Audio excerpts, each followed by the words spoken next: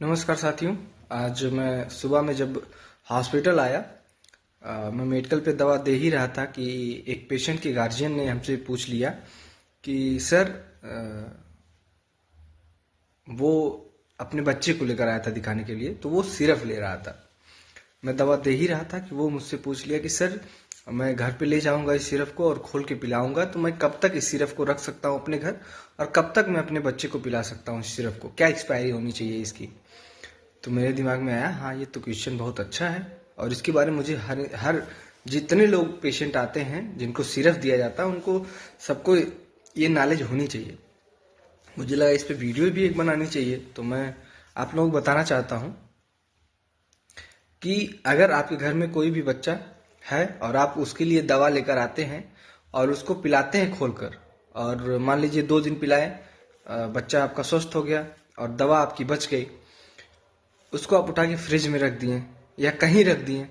उसके बाद पहली बात तो उसको सुरक्षित रखना है, कहीं नहीं रखना है, उसको सुरक्षित जगह पे रखना है। फिर 20 दिन बाद वैसे ही तबीयत खराब हुई, फिर आप वही दवा उठा के पिला दे रहे हैं। हो सकता है कभी ठीक हो जाए, लेकिन ये चीजें गलत है ना। कभी इसका साइड इफेक्ट भी हो सकता है। और मैं ये बताना चाह रहा हूं कि कोई भी दवा हो, आपके घर में सिरप के रूप में कोई भी दवा हो, तो वो 15 दिन से 20 दिन के अंदर अगर खुल गई हो तो 15 से 20 दिन के अंदर उसको यूज कर लीजिए, अथवा उसको डिस्कार्ड कर दीजिए, फेंक दीजिए।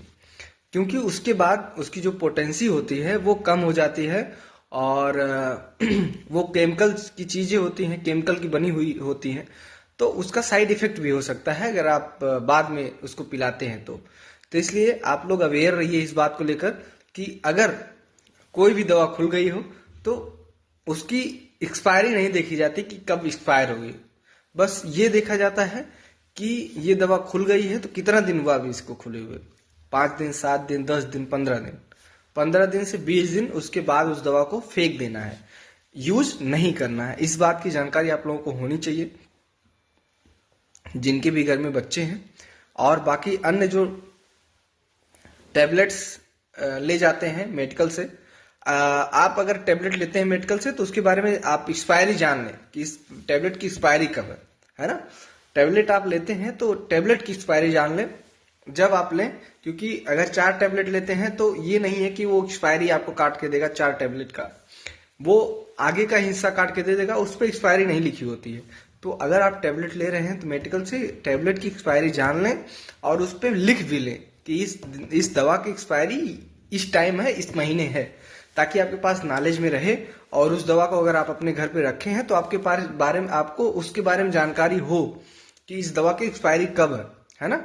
नहीं तो आपको एक्सपायरी पता नहीं होगी, या तो उस दवा को आप एक्सपायरी के पहले ही फेंक देंगे, जो टैबलेट की बात है, जो कैप्सूल्स आते हैं, या फिर उसको या तो फेंक देंगे एक्सपायरी के पहले, या फिर एक्सपायरी के बाद अगर यूज करेंगे तो फिर आपको नुकसानदायक है।